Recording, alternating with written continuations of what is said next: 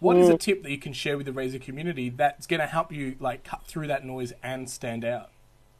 I think the number one thing is to understand that the human brain will not buy if it's confused. There's an old saying, a confused brain will never buy. And if you're confused about what it is that you do the best, what you want to be the well-known, well-paid and wanted expert for, then that confusion is going to come through in what you do.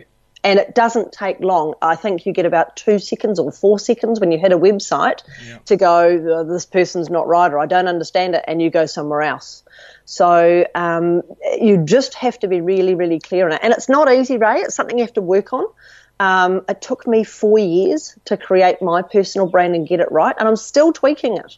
I never believe in it being perfect, but that's just me. I'm always wanting to just try things and see what happens. But yeah, you've got to understand the human brain wants it simple. It just wants to know, what is it that you do and can you help me? Do I like the idea of working with you? And can I trust that you're going to deliver on what you promise? If you can do that within a couple of seconds in your branding, then you'll naturally attract the right people.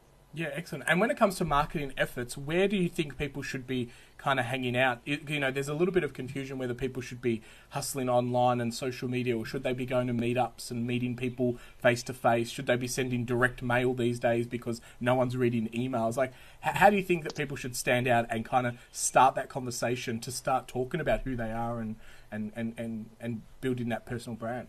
It's a very good question, Ray. And in fact, that's the question most people ask me is, okay, Lauren, that sounds fantastic, but how? How do I do it? The first thing you've got to think about, of course, is where is your target audience? Because it's absolutely pointless going to networking events full of executive CEOs or accountants if your audience is tradies. So, I mean, that's obvious, yeah? You've got to go where your ideal client is. But more importantly, decide what you like doing, because it's going to take you 3 years to establish a personal brand that stands out. Yeah, I'm sorry that sounds like a very long time to people, 3 years. Yeah, so, and I'm as impatient as the rest of us. No magic pill, no overnight success. No, I'm really sorry about that. But it takes that amount of time to establish your personal brand to the level where you've got the media contacting you and saying, look, I understand you're a specialist in this. You get people coming to you and saying, hey, I've heard about how good your program is, or whatever it is. It takes that long to do it. So you really need to figure out what you like doing. If you hate Facebook, even though I believe just about everybody should be on Facebook because they just have such a massive audience, get someone else to do it and decide what you love. If you love talking and networking and meeting people, then make that your channel of new business and sales. If you like doing video or what you're doing, podcasting and radio shows and things, then just do that. Start your own. Choose what you really like doing, because it's going to come a time where you've got, like, you put a podcast out there or you write a book or whatever, and there's crickets. Yeah, nothing, no reaction, no nothing. And even Gary Vee, I think he did, was it 300 or 400 videos from his wine shop before he actually had this massive uptake in viewers. Yeah. So, you're going to have to battle through. So do something you like.